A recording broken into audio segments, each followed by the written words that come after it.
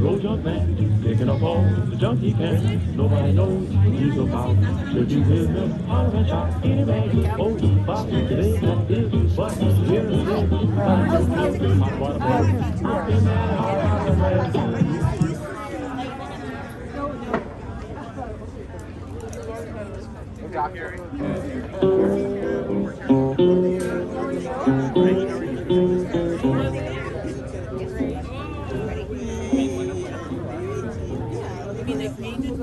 Just give me one more sniffle, another sniffle of that joke.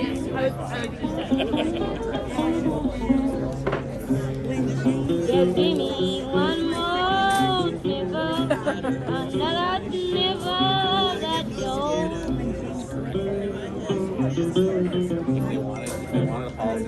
I'll catch you crying like a cowboy and throw a good one down the road. It's true. It's true. But I will say, I've got more money than Henry Ford or John D. ever had. we're working on it. I mean, I know it's, I believe it's happening. Oh, yeah. Got more money It's like it's so than Henry Ford or John D. ever had. You get a watch? Tell us how we do, okay? All right, that's your job. I paid double last Monday and 40 doggone dollars with me. Oh, yeah, I can do that.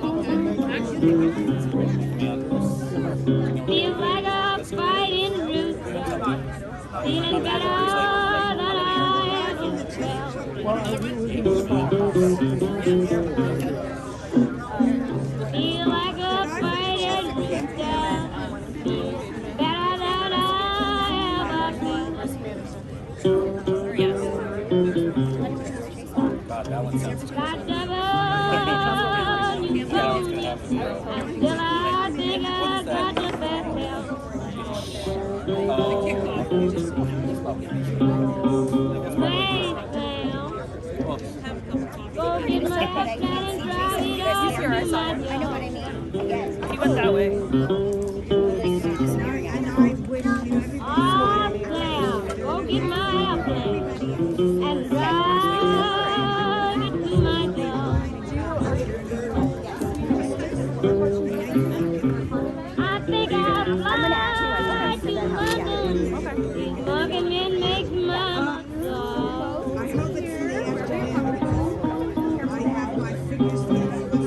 The president sent for me. The Prince of Wales is on my trail. The president sent for me. The Prince of Wales is on my trail. They worry me so much. I'll take another sniff and put them both in jail. Who's in charge of the music? Oh, there we go. So this is extremely exciting. This is the first substantive meeting of the newly reconstituted Noe Valley Democratic Club, and I have been given the privilege of taking the microphone for the start of this one. Thank you, President Barnes.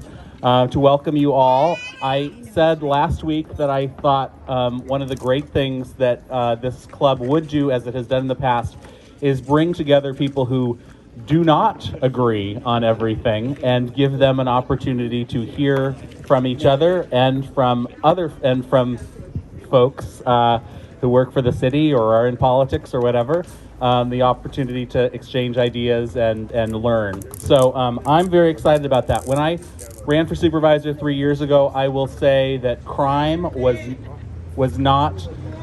Oh, I'm Raphael Mandelman. I'm on the board of supervisors. Sorry. I'm your supervisor, which just means I'm your city council person. As Pat Monk said, then fix this mess, will you? Thank you, Pat. I will say that when I was running 3 years ago, of the issues that I heard about, homelessness, affordable housing, crime and safety were honestly not top of the list. Something has happened in the city over the last year or two where I have noticed and my staff have noticed that the incoming email and voicemail that we get are increasingly about people's concerns. And sometimes it's about violent crime happening in areas where you wouldn't expect it, shootings in Noe Valley.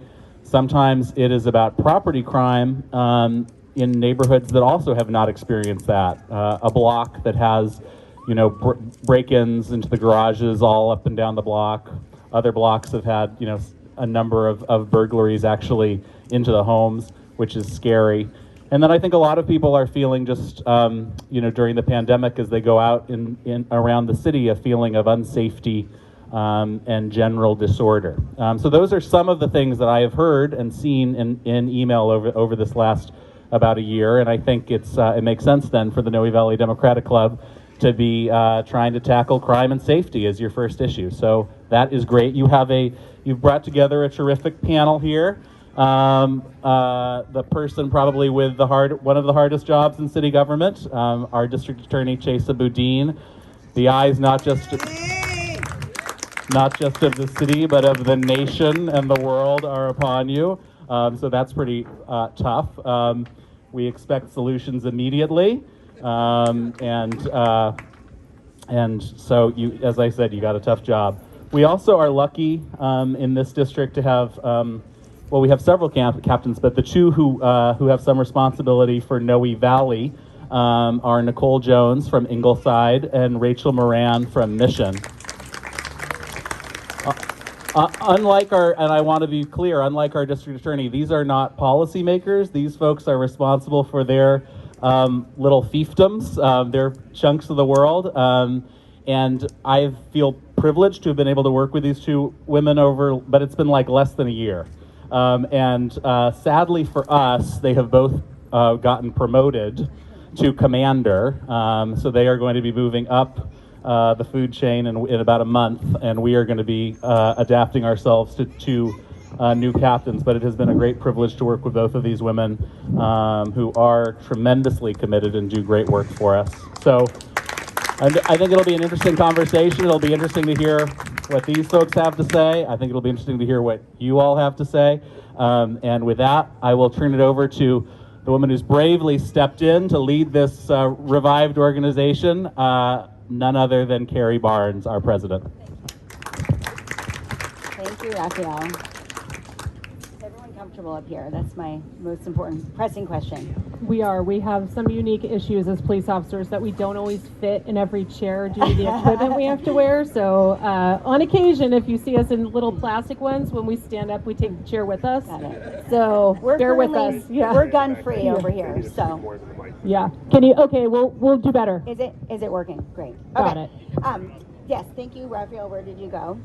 There we are. For sharing how your office works with SFPD and the DA to address public safety concerns. He said most of my talking points. No. As Raphael said, my name is Carrie Barnes, president of the Noe Valley Democratic Club. Pleased to welcome you today. I met some of you last week during our club kickoff.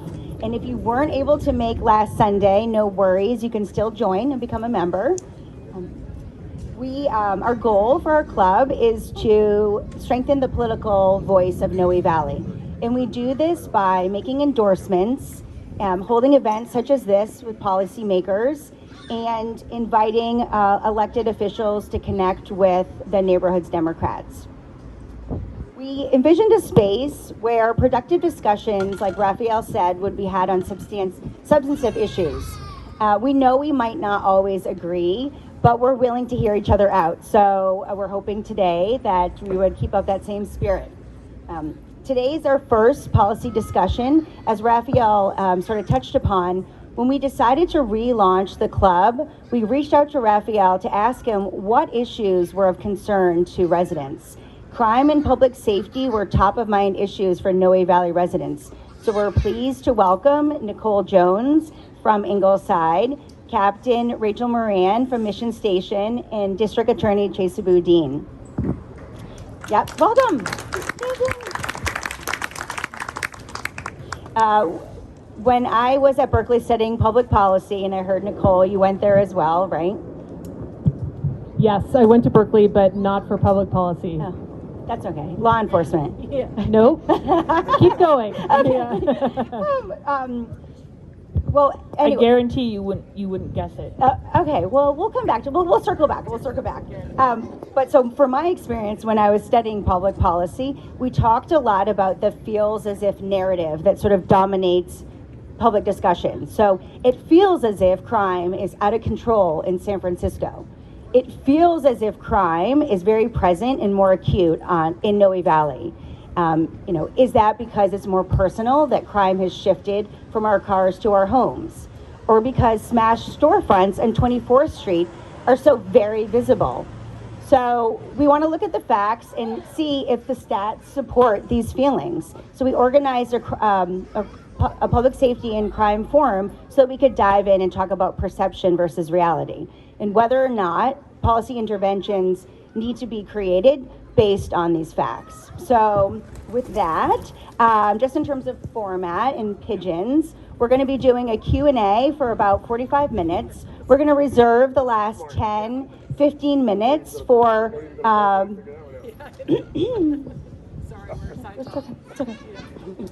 the last 10, 15 minutes for community questions. We've already had contributions via a Google form, but if you feel like your voice was not heard and you didn't get to submit a question, please do so via the index cards in the back. You can raise your hand, and David will bring a card around and a pen for you. Okay, so with that, I would like to invite Nicole Jones to talk for a couple minutes. Just introduce yourself. Hello, everybody. Thank you so much for having me. Can you hear me in the back? Okay. Go like this if you can't. My name is Nicole Jones. I'm the captain of Ingleside Station. I've been there since February. Prior to that, the spoiler alert for Berkeley is that I actually have degrees in anthropology and archaeology. So did a little bit of a 180, and now I'm a police officer. Wasn't expected by anybody in my family, but I couldn't be happier to be here. This is where I was meant to be, and this is what I was meant to do. We were meant to serve, and that's why we're sitting here today. I started in SFPD in 2007. That's when I was hired. I was an officer at Ingleside Station for 5 years, so I actually patrolled the Noe Valley area in our 2-car in Ingleside for many, many years. And after that, I was promoted to sergeant. I spent some time in the Special Victims Unit and in our Internal Affairs Criminal Investigations Unit before being promoted to lieutenant. When I was promoted to lieutenant, I spent some time in the chief's office. I spent some time in our staffing and deployment office. And so I know a lot about police staffing. And then I was moved to Northern Station. When I was promoted to captain back in February, I was placed at Ingleside Station, and that was really very much a full circle thing for me. It's like coming home. Ingleside Station is my home. Noe Valley is part of that district, and I couldn't be more thrilled to be in charge there. And that's a little bit about me. I have 2 little boys at home. I have an 8-year-old and an 11-year-old. And it's a busy day, a long, busy day. For those of you who have kids, you know it's a long day. So I just wanted to thank you guys so much for welcoming us here so we could address you and be with you and talk about crime and the things that you guys want to know. Thank you. Rachel, if you wanted to give a few. Sure. How are we doing in the back? Good? Nice to be here. Thank you guys for having me today. I appreciate it, along with the rest of the panel today. So I'm in my 28th year with SFPD. The majority of my career has been working the streets. I was an officer in the Mission District for 10 years. So I patrolled out here. I know the Mission District front and back, including Noe Valley. I didn't promote until after 18 years. I enjoyed myself so much on the streets. I worked narcotics. I worked various task forces. I was the first woman ever appointed to the Marine unit. So I've done a lot in the department. When I got promoted, I went over to Park Station and I ran their plainclothes team out there. I think at the time I was the only female officer running a plainclothes team in the city. After that, I went up to our Special Investigations Division, where, of course, we handle special investigations. And anything that would be political or needed to be handheld, so to speak, we would do up there. From there, I left, and I went to Tenderloin Station.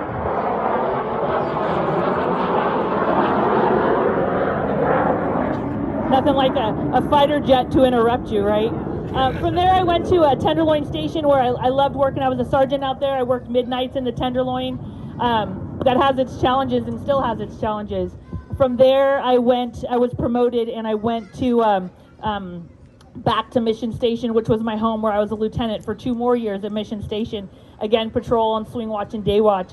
From there, I was promoted and I wasn't promoted yet. I went to our Special Victims Unit where I handled sex assault case, child abuse, and domestic violence. So I oversaw a bunch of investigators who do an amazing job day in and day out. And then I was promoted and I was sent back home. As Nicole had said, how Ingleside's her home, Mission's my home. Just something personally about me, I'm 4th generation, born in San Francisco. My daughter who's here today, she's 5th generation. My husband's 4th generation. I was the first line of law enforcement in my family, and then my uncle, who was a butcher for 18 years out at Stonestown, then he followed my footsteps, and he's retired. And then I have 2 uncles who retired from the fire department, which is why I went into the police department, right? You don't want to get stuck in the same house as your uncles. And then I have a cousin who works for the sheriff's department, the San Francisco Sheriff's Department, and an uncle who worked for DPW. So I'm invested in this city, the concerns of this city. I'm not just here, collecting a paycheck. I care what goes on in your neighborhoods and in my neighborhood. So thank you for having me. Thank you, Rachel. So, ladies first, I appreciate your patience. District Attorney Chesa Boudin, if you wanted to make a couple introductory remarks. Of course. Thank you so much, Carrie. Thank you, David, and all the leadership of the Noe Valley Democratic Club for relaunching your club, for bringing us together today, and most of all, for arranging such spectacular weather. Really a great day to be out in the community, and super appreciative of everybody making time. It is wonderful to see a lot of friendly and familiar faces, and also to see some new faces and to have met some new folks here today. For folks who don't already know me, my name is Chesa Boudin. I'm the San Francisco District Attorney. I was elected in 2019, sworn in January of 2020. And I came to office in a pretty unusual path. I don't come from a family of law enforcement, quite the contrary. In fact, when I was a year old, my parents left me at a babysitter's, and they never came back to get me. That day while I was playing, they were participating in an armed robbery that tragically left 2 police officers dead and a security guard dead. They were both arrested that day and never came back to get me. I don't remember that day. I don't remember when a judge imposed a 75-year minimum sentence on my father or when my mother received a 20-year life sentence. In fact, my earliest memories are going through steel gates and metal detectors just to be able to see my parents, to be able to give them a hug. And so I grew up not in a family of law enforcement, but in a family that had made terrible, tragic choices that directly impacted my life, and that forced me to think every day about how this country responds to crime and violence and how we can do better. I saw firsthand growing up the failures of our system to meaningfully rehabilitate those who've caused harm, who've committed crimes. I saw firsthand the failure to invest resources in supporting crime victims or survivors of crime. And I saw firsthand the ways in which our country's addiction to incarceration, we lead the world in locking people up. And that has not made us safer. It has not made us feel safer. And so when I went to law school, I thought about a career in criminal justice. And I started my career here at the San Francisco Public Defender's Office. And after years of seeing juries and judges and police officers on the witness stand and sheriff's deputies as bailiffs, I learned that our system was not working well enough for our needs. It was not living up to the expectations or the standards that we as San Franciscans deserve. And so I decided to run for district attorney. Now, I never could have anticipated, when I was sworn into office in January of 2020, the COVID pandemic. I never could have anticipated the ways in which the pandemic would revolutionize how we live our lives, how we interact with each other personally and professionally. And I certainly never could have predicted that it would force us to stop doing jury trials for months on end during my first year in office, that it would dramatically change policing. I mean, I can tell you, and I'll of course let the experts on policing speak to this more later on, but it used to be, when they were beat officers, that if you saw somebody wearing a mask, that raised a red flag.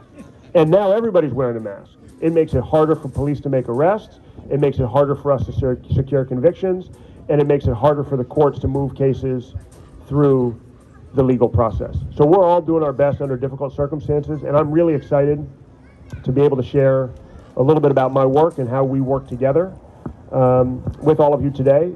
One last personal note, since we talked about family. I have a 5-week-old son. His name is Aiden, and he was born here at UCSF Hospital, where my wife works. And I'm really excited to introduce him to all of you when he's a little bit bigger and has gotten his 2-month vaccines. Well, thank you. Very nice. I think we should cheer. We cheered for the women, right? Cheer! So we're going to start off with a softball. How do each of you keep us safe? I mean, I think sort of from a zooming out in a macro standpoint, it really helps to understand like your roles, SFPD, your role, DA, and then where, if there was like a Venn diagram, where you would overlap and work together, and how is that going? So to start, I wanted to hear how each of you keep us safe in Noe Valley. So how do we keep you safe? Just at the most fundamental level, when something goes wrong, you call 911 and we come. Sometimes you don't call 911 and we still come. Sometimes we see it on our own, but any crime that's reported to us or that we see, we respond. And we respond to keep you safe and to do whatever needs to be done in that instance. And sometimes it could be making an arrest. Sometimes it doesn't involve making an arrest at all. Sometimes we're often getting calls for people in mental health crises. We spend a lot of time in the San Francisco Police Department.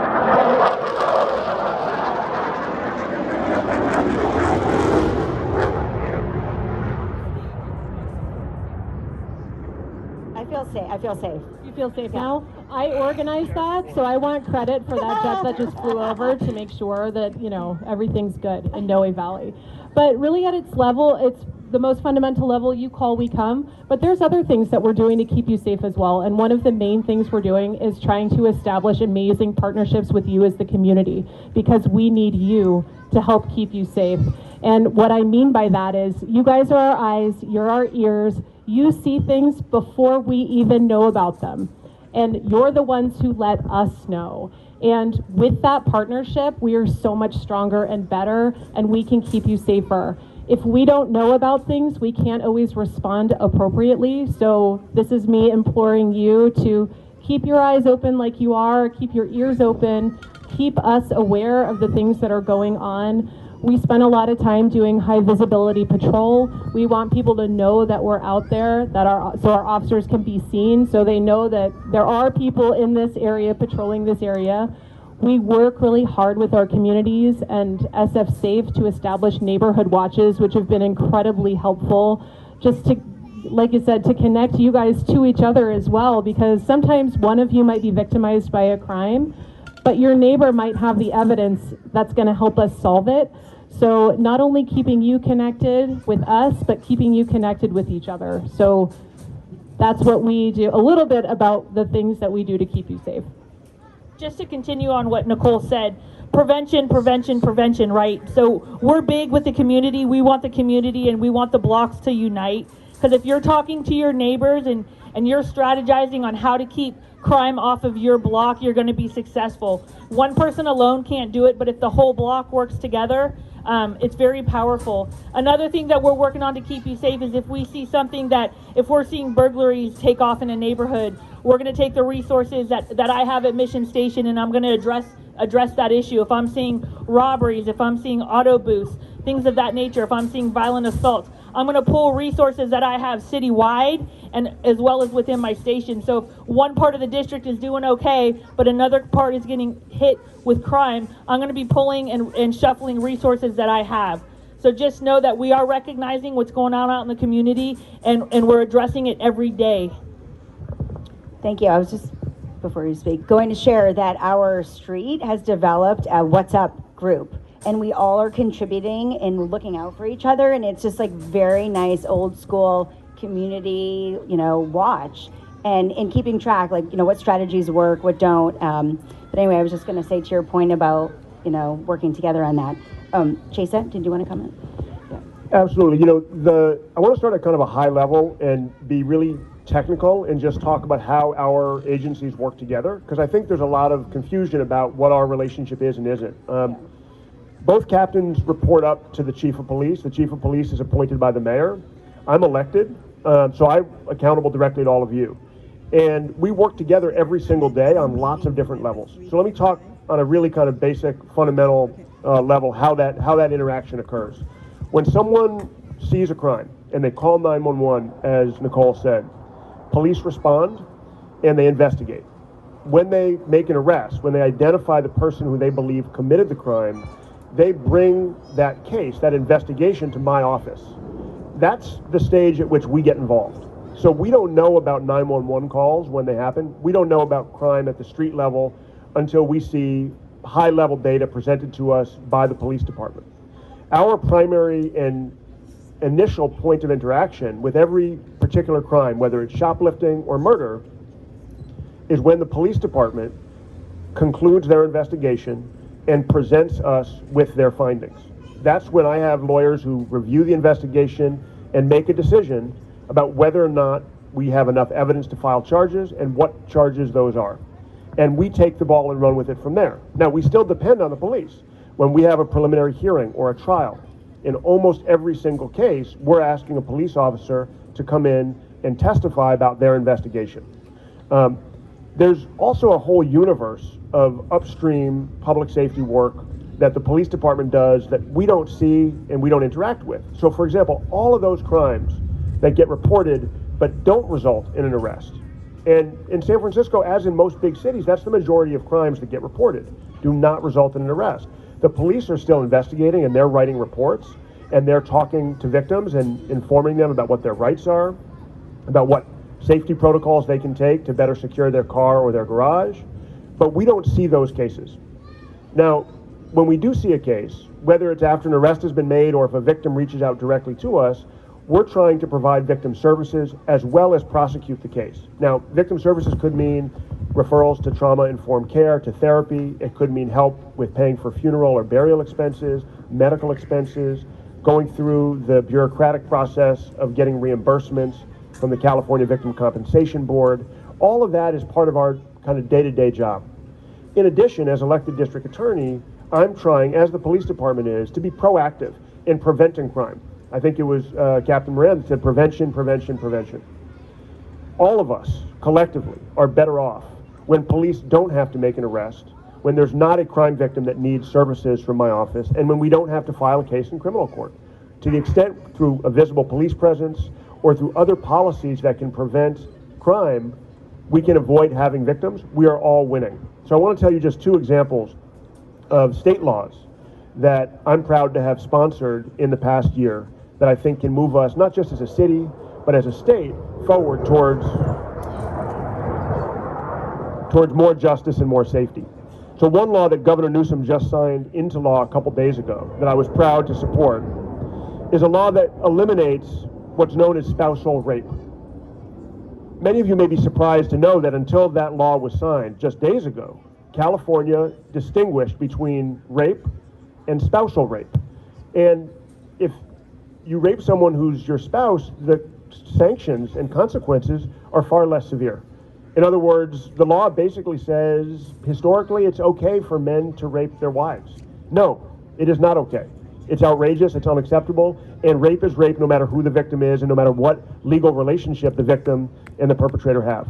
And that's why I was proud to sponsor this law that is now been signed by the governor and will take effect in short order. Another law that I was a big proponent of, which is in the 2-year legislative process and has not yet made it to the governor's desk, is a law that would prevent crime and prevent people from being victimized by providing universal basic income to young people aging out of foster care. It's a small group, comes at a small price tag, but it can make a big difference in public safety. We know empirically that young people aging out of foster care are at much higher risk of being victims of crime or of being arrested and jailed and prosecuted for committing crimes than kids who, like so many of us and many of our families, have the benefit of parents that can raise them and give them help as they leave the house, get their first job, their first apartment. By investing just $1,000 a month to help kids aging out of foster care make that transition, we can not only be more humane and more effective in our resources, hopefully we can prevent crimes and prevent people from being victimized by crime. Thank you.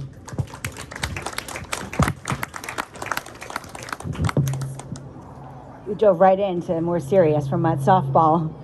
Yeah, that sounds good. Okay. Wanted to talk about Noe Valley specifically and hear from each of you on crime stats. Is crime up in Noe Valley? And then we can get into a little bit of why and what strategies we would work on. Yeah. Yeah. Most definitely. Okay, so over from 2020 to 2021 year to date, meaning from January until this point today, violent crime is about the same as it was last year between the 2 years. However, we have seen about a 20% increase in our larcenies, our thefts, and that includes, I'm going to use that as a broad category that also has property crimes such as burglary and auto theft and auto break-ins. But most particularly in Noe Valley, we're seeing the burglaries themselves as well as auto thefts increase. So we have done quite a bit of extensive work on the garage burglaries and an education campaign on that. That is one thing that we are seeing in this area quite a bit. And let me tell you, these garage burglaries are terribly inventive right now. Up to people drilling holes in the wooden panels, people burning plastic and breaking glass in the panels, and then using different kinds of contraptions and devices, often the antennas from vehicles, to fish through and pull the emergency release cords. Now, these are just some of many ways that they're getting in, but there are things that can be done to prevent this. And I feel like I talk about this until I'm blue in the face, so unfortunately you guys have to listen to my spiel today, because if one of you doesn't become a victim because we were here talking about this, that's enough for me. So there are many things that you guys can do to protect your garages. SF Safe is a great organization that has a host of tips on what you can do, on how to deadbolt the doors, on how to reinforce them, how to hide your mail slots. And really another thing that I would recommend as well is to register your bicycles. So if they are ever recovered, that we can connect them with you, their rightful owners. Sometimes people don't know what their serial numbers are, so when we do recover bicycles, we cannot find who they belong to, and we want to find who they belong to and give you your property back. So those are some of the major things we're seeing. We did have one shooting in Noe Valley in 2021, and Captain Moran can speak to that a little bit more. But if you hear anything from me today, it is that we have to pay attention to the garage burglaries. They're the #1 problem for me in the Ingleside district. It's not unique to Noe Valley, so I don't want you to think by any means that this is only happening in one neighborhood. It's happening all over my district, and I imagine all over Captain Moran's district as well as citywide. So please, we'll talk after. If you have any questions, like do you want me to take this question or do you want me to hold it? Well, we are, is it specific to this? Because ideally questions would come at the end via a index card. Oh, well, let's let Rachel Moran talk about, and then you can have a follow-up question on an index card. David can give it to you. Yeah. So just to wrap up, yes, their property crime is up about 20% in Noe Valley. It is something that we're paying attention to, and it's not only that we're using a public information campaign, we're also working with our investigative units to try to link cases together. We have high visibility patrols going, so we want our officers up and down the streets with their lights on so people know that we're around to deter. But this is going to be another time where you guys also need to look out for each other and your neighbors. And if you see something suspicious, say something. I have a joke. It's not really a joke because it happens in the Ingleside all the time. But if you see a car on a jack in the middle of the night and all of the tires are being removed, call me. Call me. We'll come. But I mean, it just there are some very brazen things that are happening that I think really it is suspicious. And if it is suspicious, please give us a call so we can come out and especially when we're seeing that type of crime predominate in the area. Thank you. The shooting, 27th and Douglas. It's currently being investigated. We typically don't talk on a case that's being openly investigated. What I will tell you is it wasn't a random shooting, and I'll leave it at that. There's a reason why there's only, very, very minimal shootings in the Noe Valley. So this isn't the norm. This isn't going to become the norm. I don't anticipate it becoming the norm, but it's currently being investigated, and we have investigators out on that. One of the things I wanted to talk about for Noe Valley is the burglaries. So Mission Station, when I came here in February, same time as Nicole went to Ingleside when we both got promoted, there were 2 officers in the district that were primarily homeless outreach officers, but their passion was really in educating and uniting neighborhoods to come together and doing it block by block. So I saw the need for it. I saw the successes that they've had doing it. And then I pulled those 2 officers, and their primarily assignment is to what we call a POP unit. And it's a problem-oriented policing. What they do is if you have a problem on your block, or you've been burglarized, or you want to reduce crime on your block, they'll come out and they'll tell you how to do it. SF Safe will help you out, but POP, in my what I've seen, has been extremely successful. And sometimes it's just as simple as lighting and cameras. And I know people that have been the victims of crimes are like, come on, lighting, cameras, but it works. So I went up to 22nd in Collingwood, and there were some very, very upset people up there, and rightfully so. And I said, please give our officers a chance to talk to you about how to form the groups, how to get together, how to work together. And 2 months later, they were singing the praises, and I don't think they've had a crime on their block since.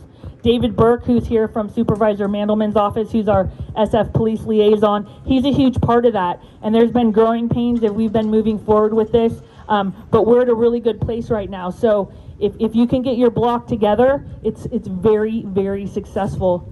Another part of what I like to do and what I bring to the table at Mission Station is I love running undercover operations. So we have some very talented police officers in this city, and they still care. They're not retiring, they're not quitting, they're going out there and they're making arrests, and they care about the citizens who live here. Especially, sorry Nicole, but I'll say especially in the Mission Districts, because we're extremely busy. We're one of the most busy stations in the city. Game on. So, I know, be careful when you throw down with Nicole. So the officers that are there because they want to. They're not transferring to the slower district. They're writing reports, they're responding to shootings, they're responding to homicides, they're responding to burglaries, auto booths. They're running, they are nonstop. These officers, they're so good, and I hold them in the highest regards. So when our police department got defunded, I don't know if a lot of people understand what that means. That means I still go home with my salary, I still have my medical benefits, I could still pay my benefits for my child and my family. But what that means is I can't run special operations in the city because we don't have money to do it. So what I was doing is officers who worked from 11 a.m. to 9 p.m. would come in at 2 o'clock in the morning to work 2 o'clock in the morning to 6 o'clock in the morning looking for burglars in the Noe Valley neighborhood. And we don't have as many officers as we'd like to right now for a variety of reasons. So we'd pull Ingleside Park officers to come out, and we'd all work together across different district lines, because the criminals don't care what district they're hitting, right? So we form those teams. When they're out there, they're very successful, because there's not too many people that should be walking around in your neighborhood from 2 a.m. to 6 a.m. So that's another thing that we've been doing to address it. And when we're out there, we're successful and we're making arrests. Rachel, I wanted thank to you. let you know that. Sorry, I can No, keep going. no, it is so informative and educational, and you touched upon a couple of issues that we're going to be talking about. Chesa, did you want to talk about crime rates here? Absolutely. Yeah. And, I think when we talk about crime statistics or any statistics, it can be really confusing. And so I want to just kind of take a minute to frame the conversation. The San Francisco Police Department has a really useful website that publishes both crime data, meaning what's reported to the police, different categories of crime. You can compare it any week to any other week from the prior year, or any month or year to date. You can compare all of 2020 to all of 2019, and you can look at different categories of crime. They also have a really similar website that allows you to look at how different district stations or the police department as a whole are clearing or solving those cases. So if you want to dive in deeper, go to the website, check it out. You can toggle, look at different categories, look at different time periods, look at different districts. One thing that's really important to remember is that 2020, the year that we're now comparing ourselves to, is a really, really unique year. It's a year in which the whole world shut down. It's a year in which we didn't have tourism, we didn't have bars or restaurants or international travel. And so one of the things that happened in that year when we talk about crime statistics is overall crime in San Francisco fell by about 20%. Violent crime was down. Property crime was down. Auto burglaries were down by about 40%. So when we compare 2021 to 2020, you've got to remember that we're comparing ourselves against a historically low baseline. Now, that's a good thing. It's a baseline that we should strive to achieve and to beat every year going forward. But we have to remember, when stores are closed, shoplifting's not as likely to happen. When tourists aren't here, auto burglaries aren't as likely to happen. As we reopen, it means there's a possibility that people in a bar are going to get into a fight. And that fight is going to get reported as an assault, and that's going to be an arrest and a criminal case. If you compare 2021 year to date to 2019 year to date, crime is down pretty much across the board, with a couple individual categories that have gone up. Violent crime is down, property crime is down by double digits. It's important to remember that. It doesn't mean we don't have more work to do, and I'll tell you, those statistics don't mean anything if you or someone you love was a victim of crime. But as we make policy, as we think about big picture trends and where we want to allocate more resources, in 2021, the police department has the biggest budget it's ever had in history. So we haven't defunded the police in 2021, but in 2020, the police department and the DA's office budget were under tremendous pressure. And there's a lag effect. It means they don't have cadets coming in, although we did play kickball with some cadets at your station during And night with out. me. And with you, that's right.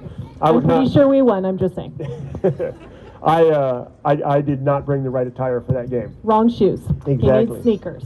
Next time I'll know. I was like, you're not going to make that mistake next year. And so one of the things that we see is I learned from last year, I got to wear sneakers to kickball, and I think we as a city learned that when you even temporarily interrupt funding for public safety agencies, it takes a long time to recover and rebuild. So the police department doesn't have full staffing, even though they have the biggest budget they've ever had, because it takes time to train new officers. My office was similarly under tremendous budgetary pressure. We were prohibited from hiring people, even when we had the budget to do so during most of the pandemic. And so when we talk about crime, I think we need to look not just at one year or one neighborhood, but longitudinally. San Francisco, from an empirical standpoint, is as safe as it has ever been. And yet we don't feel that way. And until we feel safe, we're not doing our jobs. It's one of the reasons why I'm proud that I launched a community liaison program. Cecily Brewster, who leads that program, is here today with us. She was here last week as well with us. We want to be in the community as well. We want to be at neighborhood meetings, answering questions, helping explain to people what happens in a case or their case when police make an arrest and we file charges.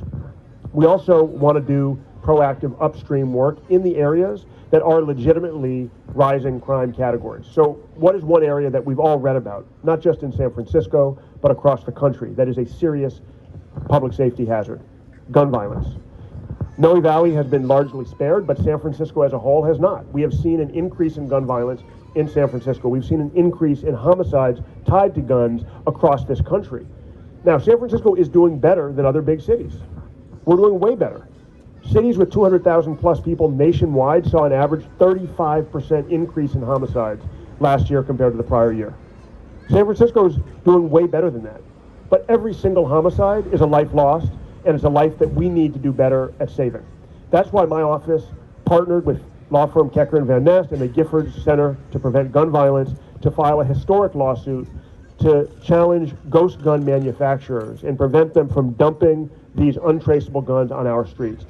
In 2020, 50% of guns tied to homicides in San Francisco were so-called ghost guns. Now that makes their job even harder than it already is. It means there's no serial number to trace it to other criminal acts or other crime scenes. And it means that when we have millions of guns being dumped on our streets, many of which are being sold to people who don't even pass a background check, who may not even be 18 years of age, who may have mental health protective orders prohibiting them from having a gun, it means their officers are being put at risk in ways that are totally unacceptable. That's why we're going to the source and we're suing the manufacturers and trying to prevent them from continuing to dump millions of illegal firearms on our streets. Thank you.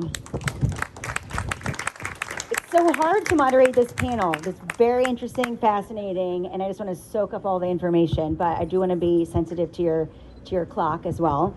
And so what I'm hearing is that we talked about staffing a little bit.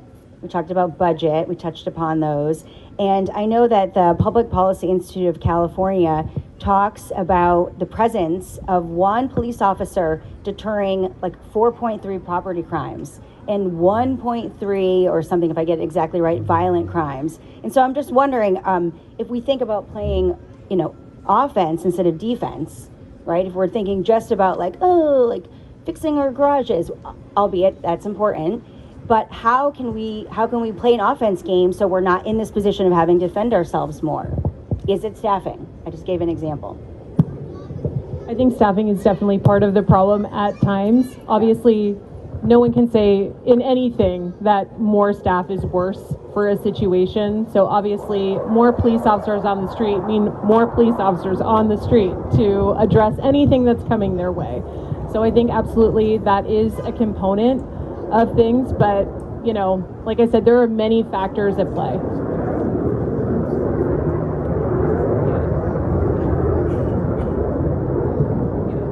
So we absolutely want to go on the offense as well, and that's why we have talked a little bit already about multiplying our workforce with your assistance, the community, and why we all need to work together more, why that is so critical and important is because we can't do it without you.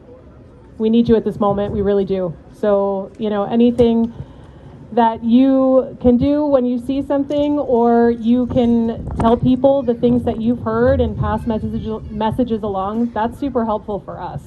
But of course, there's always going to be a component where the more resources, the better. I mean, I would imagine that you would agree as well, that if the cup runneth over, we can do great, amazing things, but that doesn't mean that we're not still doing great, amazing things now. I think there's a perception that we don't have enough money and therefore we can't do anything. We are here, we are answering your calls for service, we are doing everything we can with the resources we have available. But again, it's ups and downs sometimes with the resources, but know that we really are making the best of what we have. I'll echo most of that. I mean, I really agree that we can definitely do more with more. And the question is, how do we as a city, how do we as a community want to prioritize our tax dollars and our public safety spending? I'm a big believer in looking at root causes of crime. And I think that it's really telling to know that in 2018, a report by a legislative analyst to the Board of Supervisors documented that about 75% of people booked into the San Francisco County Jail were drug addicted, mentally ill, or both.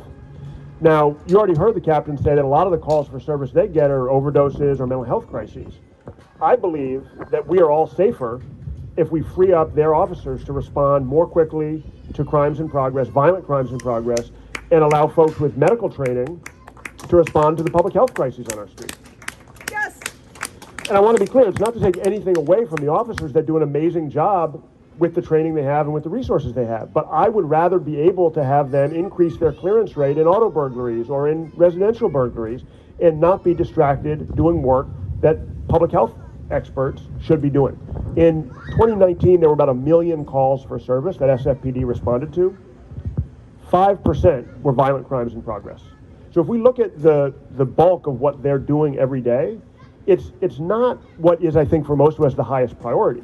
Now, partly that's because they do a great job preventing violent crimes. It's partly because San Francisco is and continues to be a really safe city, where arguably our biggest problem is property crime. But if we want to see police bring their arrest rate, their clearance rate up in a category of crime like auto burglaries, where it's hovered around 2%, because those are really opportunistic crimes. People commit them when no one's watching. And by the time police get called, usually it's a cold trail.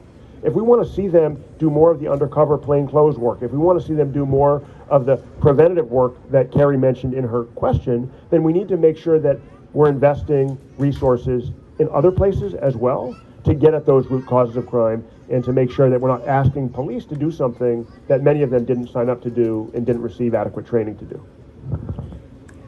Yep. I know the mental health factor, when we think about the driving factors behind why people, we said we weren't going to necessarily go down that avenue of identifying like the source of the root causes. But yes, like economic, we had a trifecta, right, during the pandemic, like you were just saying, like economic dislocation, just there's like mental health factors, there's a whole host. And I kind of wanted to come back to that piece of the conversation in a little bit. What I was just thinking about, just to kind of close the loop on playing offense, not defense, and talking about staffing and just bringing the conversation back to Noe Valley, we did have a community question about walking patrols. And so when will we see those? And just to follow up with that, there was, I know, a lot of great work that was done with more plainclothes officers at night and more lights on 24th Street, and it helped bring larceny and theft down to a nicer low this past spring, and then it shot back up sort of in the fall. So just curious where you stand on the walking patrols. Yeah. Sure. So we have a beat officer assigned to Noe Valley. I'm sure you've seen him. His name's Officer Marty Ferreira. He rides a bicycle. He's amazing. Most of the businesses should know him, and if they don't, then I'm sure he would introduce himself to you. The reason why he comes over here and he rides a bicycle is so he can get from one end to his beat to another quickly. Another reason why he doesn't take a vehicle is that he's primarily stationed here, and if he's in a vehicle and there's a shooting or something of a violent crime across the district, he's not going to get there before the other officers, so that really keeps him here. In addition to the beat that we have just assigned to 24th out here, Upper 24th as we call it, we also staff a foot beat in the Castro, and then half of that foot beat also comes over to Noe Valley. So they're the 41 and 42, where we call here is primarily the 42. So you have it. You should see it. He's out here. I see him out here all the time. In addition to that, we have a car sector. So this is our 2-car sector. Mission Station has 6 car sectors. This is a 2-car, and we staff a 2-car out here when we have sufficient staffing, so you have motorized patrols. I love foot beat officers. They get to know everyone, but the truth of the matter is I don't have enough officers at Mission Station to give more foot beats out here into different parts of my district. So what you have right now is what you get. And another misconception is like if Marty were to go down or get quarantined or to get sick, I don't have another officer to backfill him. So when he's off, he's off. When he's working, he's here. And that's just kind of the reality of what we have going on right now. Noe Valley is covered by officers, as is the Castro and going up the hill. And I'm proud of that. And the stats reflect the crime up here as opposed to other parts in the Mission District. And just to piggyback on that a little bit, there's often a perception that if there's not a walking beat, that the area is not being patrolled. And that's not true. We have officers assigned to these areas that are handling these specific areas. And they may be in vehicles and in many cases out on foot, but just know that people think that, oh, well, I have no beat, so therefore no one is in the area. That's not true. We do have car sectors that come through here who are patrolling, who are doing the same things just from vehicles, but they are also handling calls for service as they come in the area. So sometimes that ties them up. Know that we are out here. Yeah. Another thing that I just want to touch on is that the Mission District has a ton of events, right? October is a very busy month citywide, as well as is for just the Mission. So we have Fleet Week going on. We have Giants playoffs games. We have the Warriors playing. So when there's massive events going on in the city, we have to send officers to police those events. So our beat is going to get pulled to go work downtown, where we have, you know, a couple 100,000 people out on Christie Fields for Fleet Week, or down in different areas. So just be aware of that too. We're faced with different challenges, so we have to shuffle personnel as we see. I wish I didn't, but I want to let you know I'm being very transparent that we often do have to pull beats. We often have to pull car sectors, and we have to get it down to minimum staffing that can handle the entire district, so they can go work the multitude of events that we have going on throughout the city. So be aware of that as well. Just very briefly, because this really is a question for the police department, but I just want to kind of add my 2 cents of the way we see it. You know, from where I sit, I know a lot of people, especially in you know, merchant corridors, feel safer, and I know there's good empirical evidence that having officers walking those beats can significantly reduce crime, especially opportunistic property crime. As both captains just said, however, there's also a real imperative for them and for their officers to respond as quickly as possible when they get a call. So what I hear from officers that I talk to who are, you know, working beats is they're trying to be as fast and effective and efficient as possible in clearing what's called their CAD, their computer automated dispatch. That means every time somebody calls 911, dispatch is triaging those calls. If it's a violent crime in progress, the San Francisco Police Department has a response time that's as good as any department in the country. If it's an auto burglary that happened sometime in the last 6 hours while people were out to dinner and a movie, it's going to be a slower response time because they have to triage. Now, putting officers on a foot beat is really important for the reasons we've talked about, but it means a slower response time for other calls. And they have to make difficult decisions every day about how to allocate resources and how to maximize their response time. One of the things they're being evaluated by, that all of us, my office, and all of you as taxpayers are looking at when you evaluate the police department, is how quickly do they respond to calls? Which kinds of calls? What percentage of crimes are they solving? And having beat patrol officers is great for prevention, but it's not as good for fast response time or increasing clearance rates. Thank you. There's just too many interesting questions being brought up here for me to look at and to share. Where are we for timing again? I'm just checking. 15 into, okay. That's not enough time. So I wanted to talk about something you mentioned a little bit before about violent crime. It surged across the U.S. in 2020, but was down dramatically in San Francisco, so which is great news. Assaults, unfortunately, were up 11% in the U.S. last year, and they were down 20% in San Francisco. Same with other violent crime. And so I guess I wanted to just hear if you had ideas as to why, or any thoughts on that, although we were relatively buffeted from that trend. I think we talked about it a little bit. 2020 is a really difficult year to compare anything to. As District Attorney Boudin already pointed out, I don't really believe that we should be using that as our baseline, but 2021, 2019, moving forward, we're absolutely taking deep looks into our violent crime, and we have to keep working at this. Violent crime is not just going to go away. We did have this period where we were down, but if you guys remember the pandemic like I do, when March hit, were people out on the streets? Not really. You know what I mean? Everybody was really very much in their houses, so I think it's really hard to look at that year and pinpoint anything or any specific reason other than the fact that everybody was just trying to figure out what was going on and how to live life. Yeah, I agree. I was up at Special Victims Unit, and the sexual assaults plummeted because people weren't out. They weren't at bars. They weren't out walking. So just simply the fact that people stayed home dropped the crime rate. Just to echo that, I think it's really tempting, and we see a lot of this in public discourse and social media, to cherry pick individual statistics and give credit or point fingers. Let's be clear. I would love to be able to sit up here and say, yeah, that 20% drop in crime overall is because the captains and my office did such amazing work, and we can do it again every year. The reality is 2020 was an anomaly in so many ways. And so don't give us credit for falling crime rates, and don't blame us for those categories that happen to go up. All of us are working our hardest in historically challenging circumstances.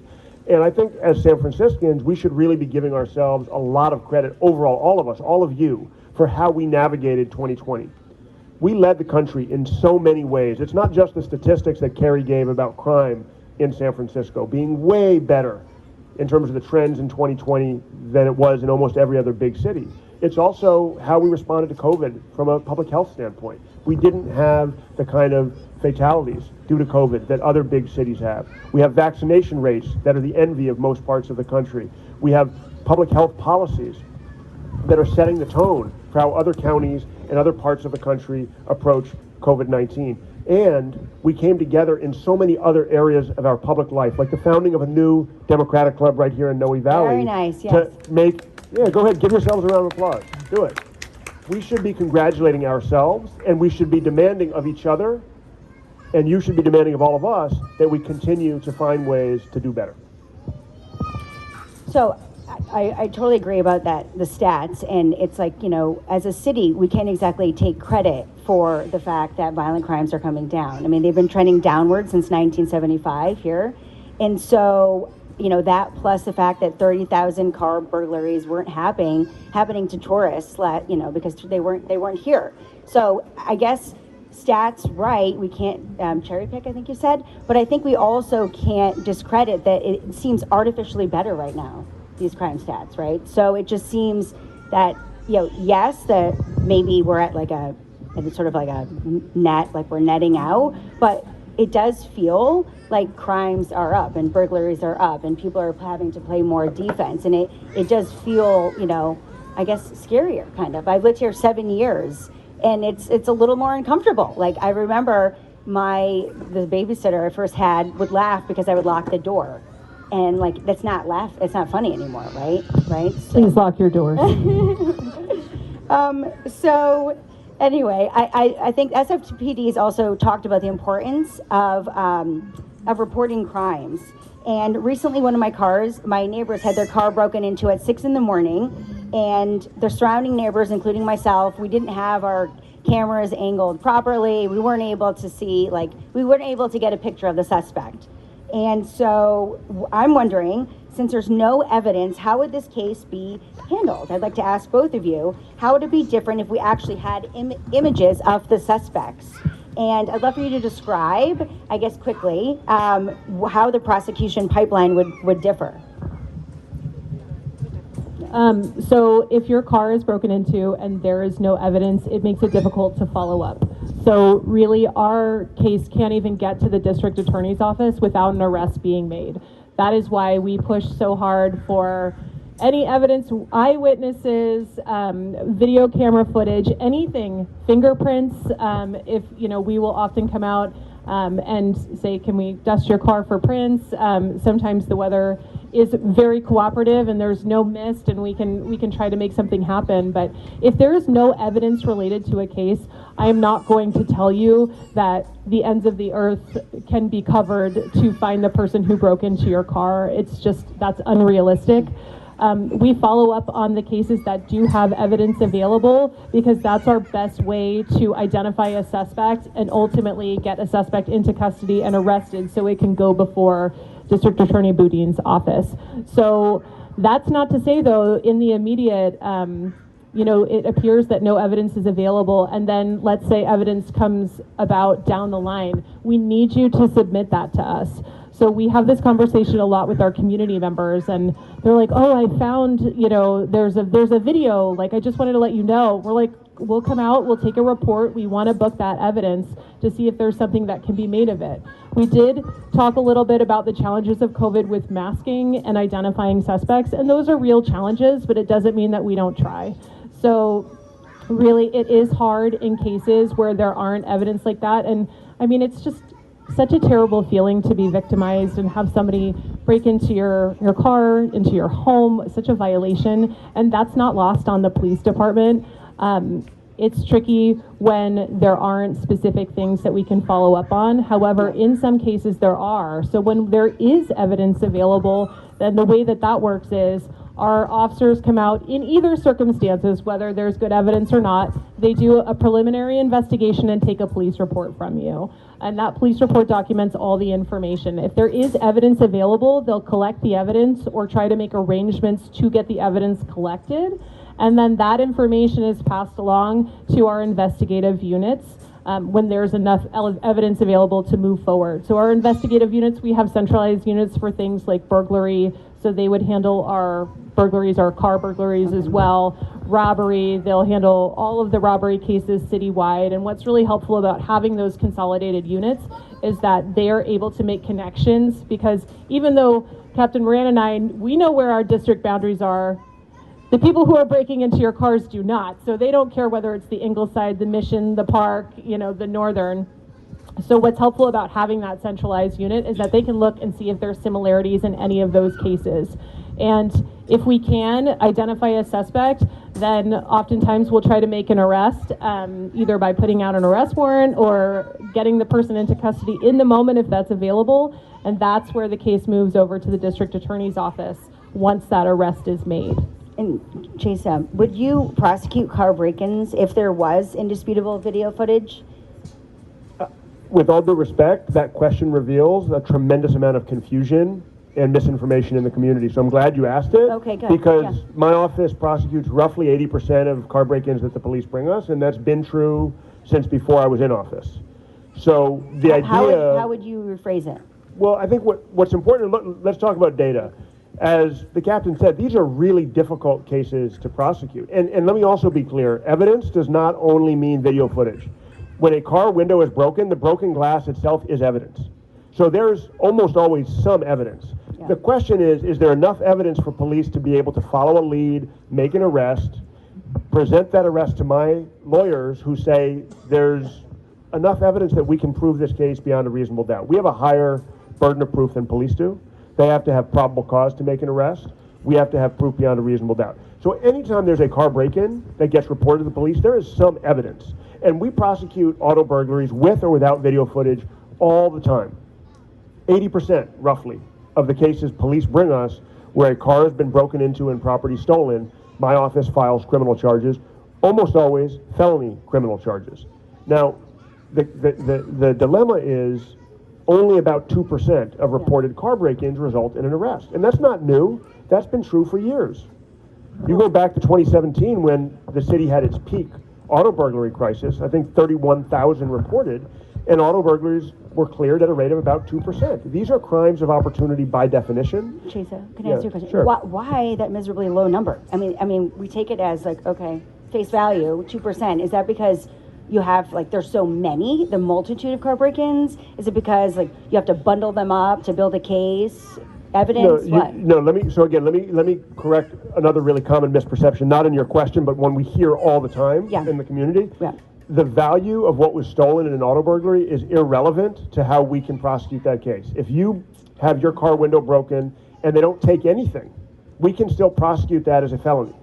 Doesn't matter what the value of the window is, doesn't matter what the value of the property taken is, we can prosecute any auto burglary where an arrest is made as a felony. Now, there are real challenges with solving these crimes. First of all, as I've said, they're crimes of opportunity. People don't break into a car if they see a police officer walking down the street. Going back to the request to deterrence, and as you said, that statistic you pointed out, when police officers are visible, people aren't going to break into a car. The other thing is, I think it was Captain Moran said, they were impacted in their budget and their staffing last year. That meant fewer plainclothes patrols that could be on the lookout for auto burglaries where they might not be recognized. Those kinds of patrols are a really critical part of identifying prolific auto burglars, making arrests, and bringing cases to my office that we can prosecute, often not just as one auto burglary, but as a whole string of auto burglaries. And there are lots of cases. I'll give you an example that's not an auto burglary example, but it's a burglary and vandalism example. On Ocean Avenue this year, there was a string over a period of weeks of businesses that were having their windows broken. And the police department investigated the case for weeks on end until they were able to put together different clips of video footage, talk to different witnesses and victims, and identify a suspect based on things like the unique scooter that he was using to travel to and from the scene, based on the fact that he was using a slingshot to break the windows. And that case was finally brought to my office, and we filed, I think it was 27 separate charges against him, including hate crimes allegations, because he was specifically targeting Asian-owned businesses. That's an example of the police department doing the difficult investigative work, not always immediately after the first crime is reported, but doing the follow-up, doing the grunt work and the leg work of putting together pieces of evidence, making a case that we can prosecute successfully. I have a follow-up. Thank you for bringing up commercial businesses, because 24th Street has been, it feels like, the feels like narrative particularly hit. Our businesses have been. Gallery of Jewels, I know we discussed this, was burglarized twice during quarantine, and then most recently had a car drive into the storefront. And I believe their last day of business was last week. I mean, it literally put them under. The pandemic put their Fillmore Street store under. So, and then this was the second one. So my question is, my statement more is merchants are feeling overlooked and overburdened. First, it was like during the fear of riots during the pandemic, they had to board up their businesses. Then each time their storefront gets hit, it's like $6,000 for a window that they're paying out of pocket. So is this organized theft? Like, is this, organized crime that's hitting businesses? What are they supposed to do to protect themselves? Talking about that jewelry store, is the jewelry store owner person here today? Oh, I don't know. No. Yeah. So we wouldn't necessarily talk on an open investigation, but something that you need to know is, like, when investigators go out there, they're looking for video. Was the video working? Did they have it on? Were we able to get a copy of it? Was the victim cooperative? So as we move through an investigation, you think it would be like a car drove into the storefront and broke down, but what was out there to help us gather the information, especially on the prior, and without being able to go into details on the case because it's open, there's factors that the general public doesn't know that we're not able to release. We need to hold that, and then when we get enough evidence, we'll bring it to the district attorney's office, and then they'll look at it and see what they're going to do with it, right? So that's an active and open investigation, and sometimes things aren't as simple as they seem, is just what I would like to say on that. But the other thing as well is, we're out here every day. When people call, we come, we respond. If local businesses, especially the smaller businesses that impact livelihood, we take that serious, and we're going to do everything that we can to help. I know COVID, each round, the businesses took a hit, right? And then you have crime on top of it. I think it was Supervisor Mandelman, who helped with the legislation to refund business owners with the broken windows. So city's doing what they can. Sorry, you going to say something? Yeah, I was going to say that program, we actually started at my office in District 5 with Supervisor Preston, and I know Supervisor Mandelman helped to take it citywide. But during 2020, a lot of businesses across the city were not just getting burglarized, but having their windows broken for apparently no reason at all, or vandalized. And so we started a pilot project in 2020 with Supervisor Preston in District 5 for small businesses, where even if police didn't make an arrest, or even if my office couldn't prosecute for whatever reason, we could still step up, and my victim services team would help them get reimbursed for their deductible. Now that's a citywide project, thanks to the entire Board of Supervisors, and it's a critical point that I want to just emphasize. Even when no arrest is made, even when no conviction is secured, we as a city have to do better for victims. And that has been my priority since day one in office. It's been the primary ask I've made in every single budget cycle I've been through. And I've only been in office less than 2 years, but because of COVID, I've been through 3 budget cycles, essentially. And in every one of those, my ask was for victim services. And I'm really proud to say that in this last round, we secured a historic expansion of our victim services team, including, for the first time ever, victim advocates that are going to focus on property crime. That way, if someone's garage is broken into, even if an arrest isn't made, or even if the investigation is still ongoing, you can reach out, and there is a trained professional who can help you navigate the next steps of the process. Could I add just a little bit? It'll be quick, I promise. Super. It'll be super Because quick. I have a follow-up. Okay. You go for your follow-up, and I'll wait. Ask our question. Yes. I'm sitting on all of them. They're right here. So we talked about the pandemic and the sort of the negative fallout, but I can't help but draw an analogy, maybe correlation if not causation, that the prison population was decreased And are these repeat during COVID? It hasn't gone back up to even state levels. And are these repeat offenders that we're seeing running around?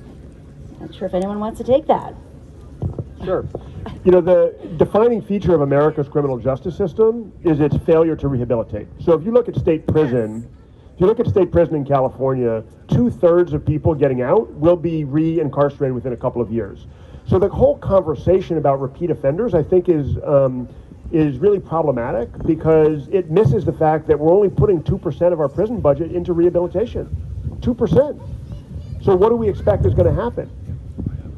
In San Francisco, we actually do a lot better than state prison. We do a lot better because we have diversion programs, and we have mental health programs, and we have Veterans Justice Court, and we have Young Adult Court, and we have a whole slew of partnerships that are focused at getting at root causes of crime and that are focused on treating every single arrest the police brings my office as an opportunity for intervention in transforming lives away from crime, because we're focused on root causes of crime, not simply warehousing people for arbitrary periods of time and then wondering what's going to happen when we dump them back on the street. So to answer your question, of course some people, many people who get arrested in San Francisco, as across the state, have a prior history of arrests. What's also true, and what you won't read in the San Francisco Chronicle, is that in 2020, when police brought the district attorney's office an arrest of someone who'd been arrested repeatedly in San Francisco, my office filed charges in 70% of those cases. That's a higher percentage than in prior years or prior administrations. When the police bring us people who are so-called repeat offenders, my office takes action. And we take action because we clearly need interventions to prevent the next crime from occurring. And this happened not just in individual cases, but at a high level. When Chief Scott brought to my attention that he believed, based on information he got from captains like Jones and Moran, that there were a very small number of people committing the vast majority of residential burglaries, I said to him, give me a list of those names. He gave me a list, and within a couple months, more than 80% of them were either in jail, on ankle monitors, or on some kind of supervision, probation, parole, or some other supervision that was giving police additional tools and giving the community an extra layer of protection. Thank you. This is a community question. Actually, some of these were as well that I've been using. How much of the crime is opportunistic versus organized from outside the city? So the question is, are these residents or not that are committing crimes? I think it's a mixed bag. Yeah. You know, for sure. That I think that some of this is terribly organized, like, you know, meaning it's very, very organized, and some of it is just flat out opportunistic and in the moment. We don't have specific stats on opportunistic versus planned. However, we do know that we see both. Yeah. I'll just weigh in. The best data we have, and what the captain said is exactly right, but the best data we have for how many people that are arrested live in San Francisco actually comes from the sheriff's department in terms of address of residence reported at the time of booking into the jail. And it's about a third, roughly, of people who are booked into the jail don't live in San Francisco. Mind you, another significant percentage are unhoused and transient. But the other thing to your question, Carrie, and this is really important, there's a mix, as the captain said, of opportunistic crime and really sophisticated organized crime. Right. There's a Venn diagram, if you will. They overlap, and they overlap in the following way. You may have someone commit an opportunistic crime, break a car window, take a backpack. But where the laptop in that backpack goes is almost always organized fencing networks. Almost always. We have extremely sophisticated fencing operations that are operating not just in San Francisco, but across the Bay Area and indeed across the world. One of the things that I've learned in the last year and a half, a little more than a year and a half since I've been in office, is that almost all of the stolen goods from San Francisco, whether from Neiman Marcus or from a tourist's car or from someone's garage, almost all of them end up in a much wider network of fencing operations. Some may be sold at a flea market in Oakland, but as often as not, they're getting shipped to China or Vietnam or Russia or Eastern Europe. We have tremendously sophisticated operations that are moving electronics in particular and high-end luxury retail goods across the world.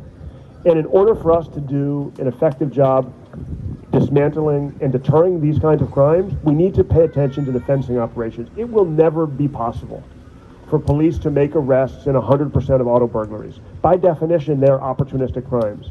So what I'm trying to do is focus on our retail theft task force, which is a statewide task force. I'm proud to tell you that in 2020, that task force that my office is part of seized $8 million in stolen retail goods, much of it warehoused in San Mateo County, in Alameda County, in Contra Costa County. And we're going to continue to focus on upstream interventions that can help disrupt the demand for stolen goods that leads people, whether opportunistically or in a more organized fashion, to commit crimes that so harm our small businesses, and our community members. Thank you. I dropped an index card by your left foot, but I think I know the question, so I think we're good. Just FYI, it's there. I did read somewhere that we are making it more alluring for people to steal our goods because each item of ours is like, its value is like $1,000 laptop, a cell phone. These are like attractive items that people are perhaps organizing networks around. Anyway, it's a good reminder to take care of your stuff, and I know tourists have a hard time. Let me just say briefly, Yeah. when I was growing up, Yeah. and many of us I think remember this, people used to break into cars and steal radios, right? And they were valued, I don't know what it cost back then to buy a radio or what the resale value for a stolen radio was, but it was a lot less than a brand new MacBook Pro. So it is true that when we live in a society with tremendous wealth inequality, when we live in a city with thousands of unhoused people who we know don't have anywhere safe to sleep at night, who we know are living in really desperate conditions, and we also leave really valuable electronics in plain view in some instances, it is a recipe for crime to occur. So we've got to do a better job getting people off the street. We've got to do a better job getting people employed, and we've also got to do a better job not tempting fate when it comes to our personal property. And that's where Captain Moran's point about Captain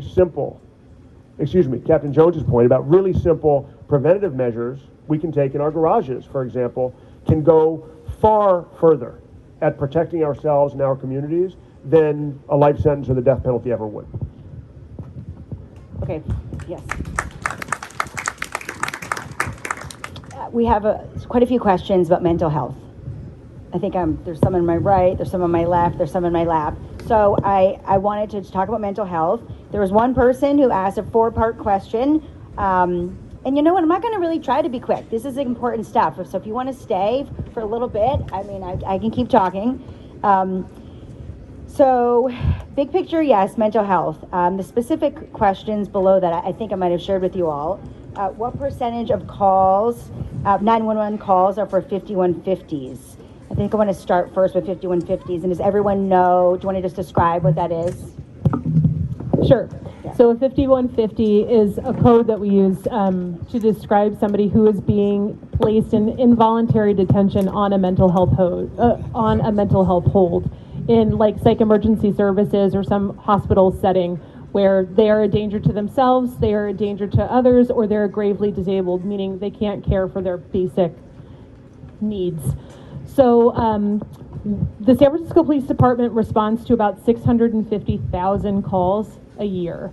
And of those calls, I don't want to just narrow it down to the code 5150 because I think that doesn't really encompass as the number of calls that we are responding to. Sometimes it's a little bit complicated, but we have a variety of radio codes, 5150 being one of them. We respond to about 20,000 plus of those in a year, but we also respond to a lot of well-being checks or somebody acting erratically. And so I would say that about 50,000 of those 650,000 calls are most likely mental health related, if not more, because sometimes we have fights that could be mental health related. It could be woven into so many different types of calls.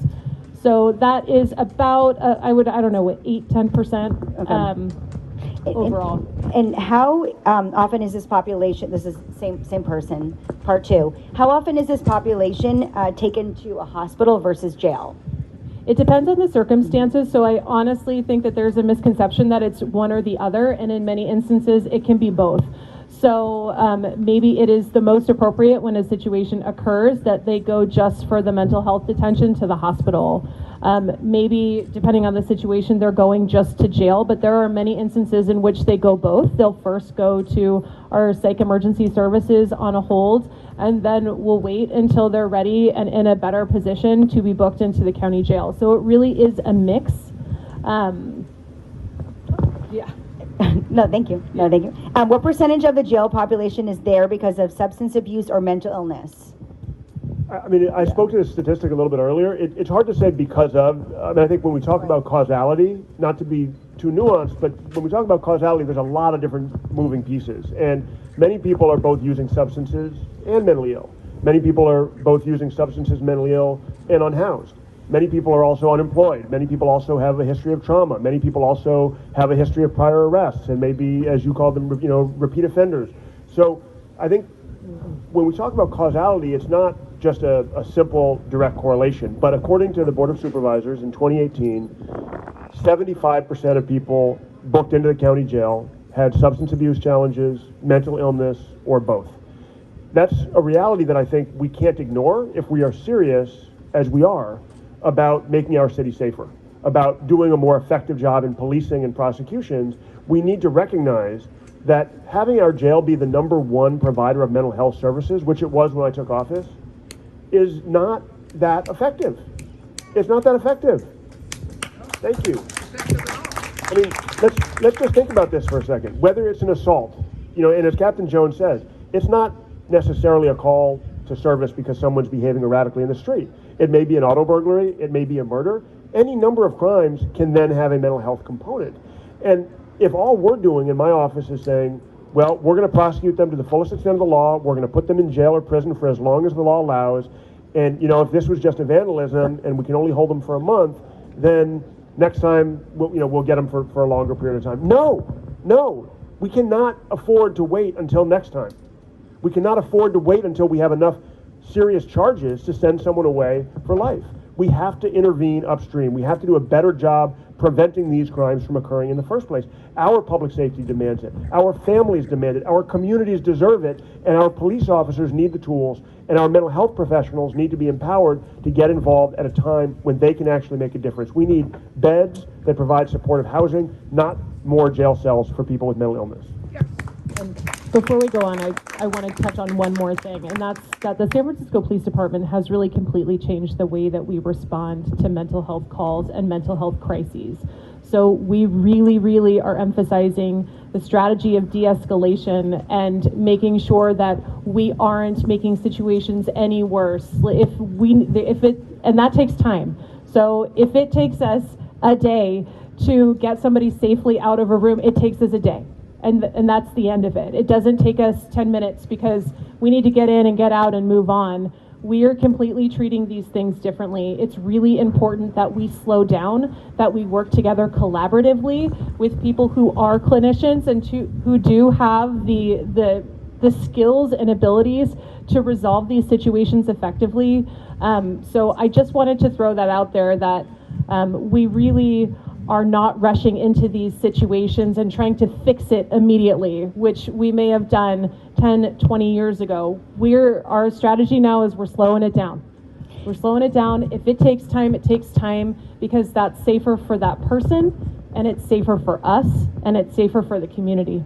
So to your point, Chesa, or as a follow-on, about houses, I think not jail cells, I think you said it more eloquently. I cannot help but think about the 2019 point in time homelessness count and how I do see an overlap here with when surveyed, the homeless population of the 8,000 people that were surveyed, of the 5 primary drivers and how they landed on the street, it was mental health and substance abuse. So we're seeing it in both on the street and in jail. And so clearly there's a gap that needs to be filled, right? This past year, I also think about kids on Zoom, and our mental health took a nosedive because we were stuck at home. And so I think it's a very underserved and invested in need that we have in society. And I guess we talked about, if you want to talk any more about that. Yeah, I mean, I think you've said it really well and actually put your finger right on the issue. We know that safe, resilient, vibrant communities are communities where people who need it have access to mental health care, are communities where people can get substance treatment on demand. Sadly, in San Francisco, it's easier to get high than it is to get help. And until we change that as a city, the police are going to be playing catch up. It's not their fault. Where are people supposed to go to get sober? Where can people go 24/7 who want to sober up to a safe detox center? Supervisor Mandelman, to his credit, did help open a meth sobering center, and he chaired a methamphetamine task force that I was proud to be a participant in back in, I think it was 2018, 2019. But we have so much more work to do when it comes to supportive housing, when it comes to housing in general. Most people in San Francisco who are unhoused had housing in San Francisco before they were on the streets. This is not just people coming here from 70%. elsewhere. Right. These are our community members. These are our neighbors. These are our families. Yeah. And until we put our money where our mouth is and build housing and build supportive housing and make treatment on demand a reality and make safe consumption sites a reality, we are sadly going to continue to be on defense. Yeah. So, where can people call? So you mentioned, Nicole, that there was a little bit of a different way now how we're approaching, I guess the street outreach teams, although amazing, is causing a little bit of confusion. Heather Knight had a pretty big article about that. Like, if someone sees an issue in Noe Valley and they don't know what to do, how do they help the person on the street? Or if they see a crime being committed, is there a universal number for help? What can we do? 911. Okay. 911. Yeah. So But there's a obviously non-emergency there number. is, and I'll go through those. So Okay. 911. If you have an emergency, a crime in progress, somebody is at, their lives are at risk, their safety is at risk. If you're watching somebody actively break into a car, all of those things are 911 calls. And I think that people are so afraid to dial that number now that people have sort of stopped doing it, and they are going about other ways of reporting, and that just causes a delay. So just remember, crime in progress, somebody's being hurt, you're worried that somebody's going to be imminently hurt, that's 911. We do have a non-emergency number for SFPD, 553-0123. So those are things that are of concern, but maybe that don't need an immediate response. So if, let's say, your car was broken into sometime over the night, there's nothing still actively going on, it would be helpful for you to use the non-emergency number to call that in if that's how you choose to report that crime, so it leaves the 911 system open for people who are truly have a safety issue. And our 911 system also services for medical as well, so heart attacks. We have two questions. It's sorry. 415-553-0123.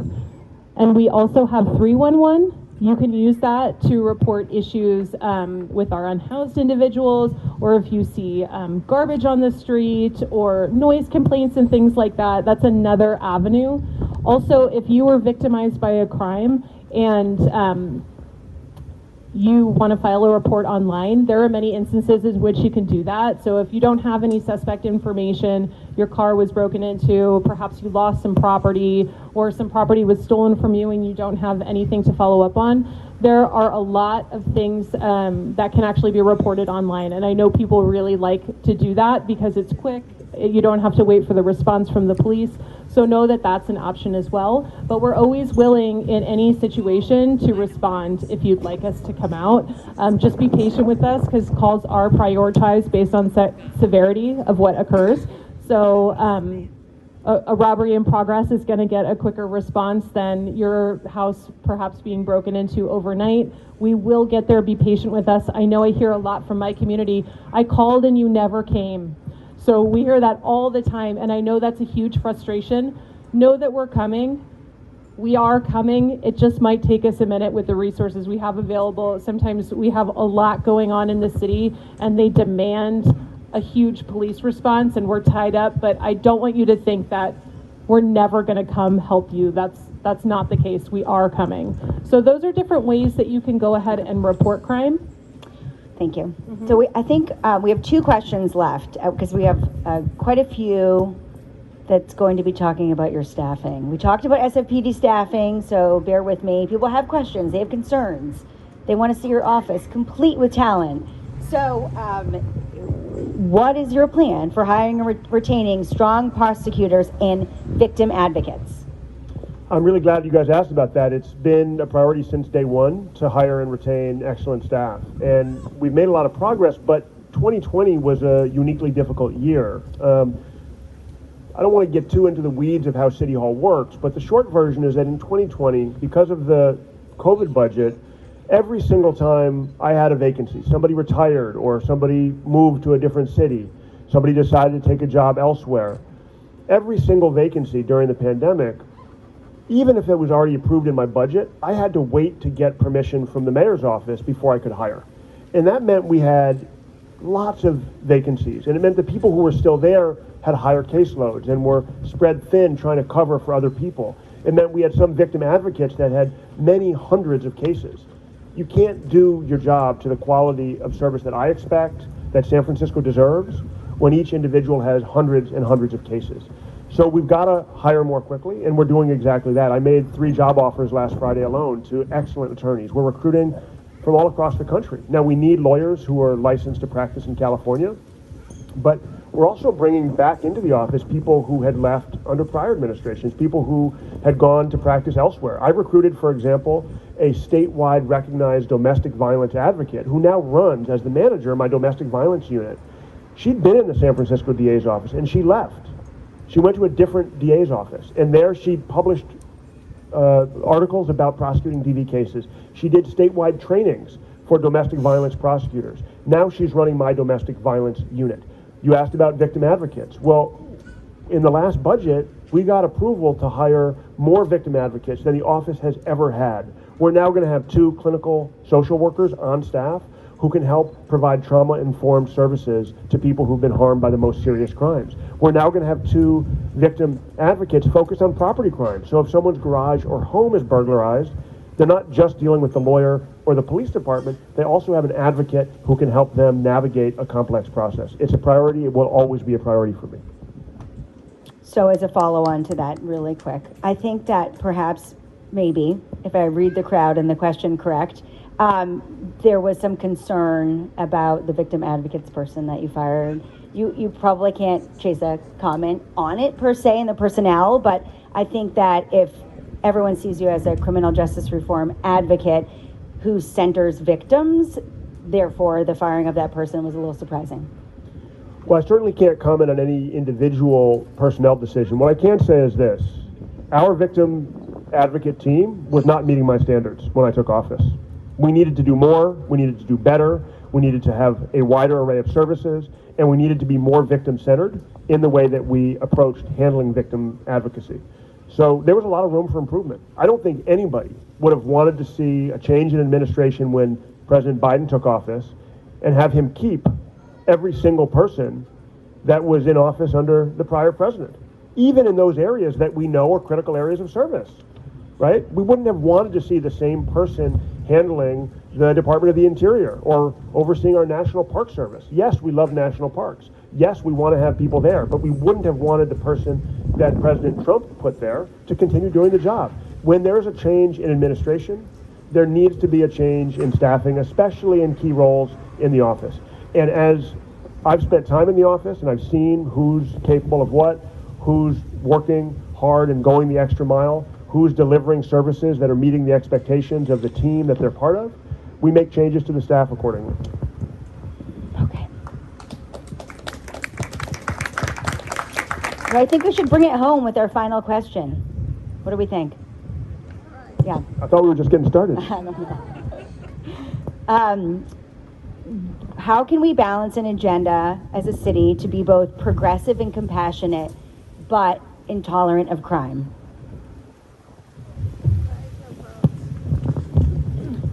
Well, I think if we had that answer, we'd take our show on the road, right? You know, the bottom line is that you just show up every day and you do your job every day to the best of your ability. And when you see the need for change, you do it if it's the right thing to do, you know. That's as simple and as complicated as I think it is. We've spent a lot of time reforming, the San Francisco Police Department has, and we're doing things that very few other police departments in the country are doing, and we're taking a close look at some really, really tough questions. You know, we're looking at equity, we're looking at race, and, you know, and how we need to interact better to serve our communities. And I think that those things are going to be super, super critical moving forward, that we continue to be progressive and reform-minded. And really, we're here to serve you. So we're looking to you, the community, to direct us in the direction that you want us to go. And we're going to do our best to get there. Be patient with us, but know that we all have the same goal in mind. We love this city and we love you. This is your city.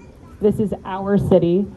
And we have to work together. You know, we're here to serve you. So just remember that at our core, you know, we're here to help people.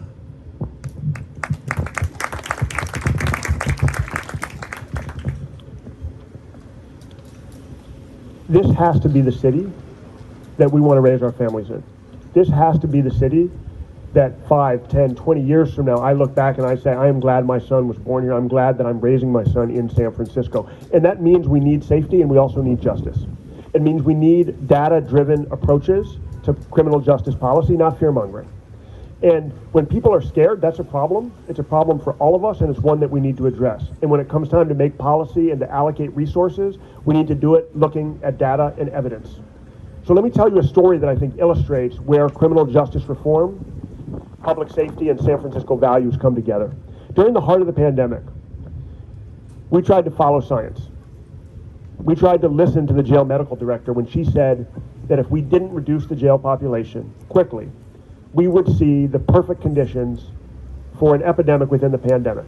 We would see people, not just those incarcerated, but sheriff's deputies who worked in the jail, the communities that they go home to at night after their shifts are over, catch the disease and lose lives. We also identified in the process of trying to reduce the jail population some people who I wonder whether they should have ever been in the jail in the first place.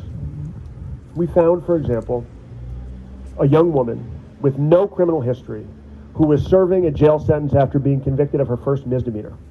And the jail medical staff told me that she had a high-risk pregnancy during the COVID pandemic in a San Francisco County jail cell with her first child in her womb. Did it make us safer to have a woman who stole a car while she was high in a jail cell with a high-risk pregnancy during a global pandemic? Or did we do the right thing when, in partnership with the Department of Public Health, we found her a prenatal residential facility and we got her jail sentence reduced so she could be released early and placed in the kind of facility set up to care for her and her unborn child? Did we do more for safety and for justice by getting that woman into a place where she could stay sober, give birth to a healthy baby, and as yet, as I sit here today, nearly 2 years later, not come back into the criminal justice system again? Yes, we did. That's San Francisco. That's how we get it done. Thank you. Thank you for being here today to talk about our judicial system, about crime and safety in Noe Valley and the city as a whole. And thank you to all of you. I know I feel like we could just keep going. Your questions were amazing, and I appreciate your patience and time in being here. And if you're interested in becoming a member of the Noe Valley Democratic Club, we do have a sign-in table and some free buttons. We also have some coffee and water. This was our first policy discussion that we've ever had. So I appreciate you being here for this occasion. And thank you. Thank you. Thank you for being here, Nicole and Rachel and Chesa. Really Thank you for appreciate having us.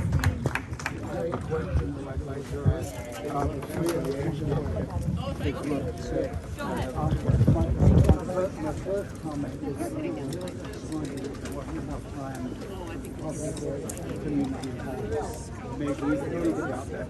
I share that. That's really not up to us. That's him. Blame him. Blame him. Who's David? David Cat?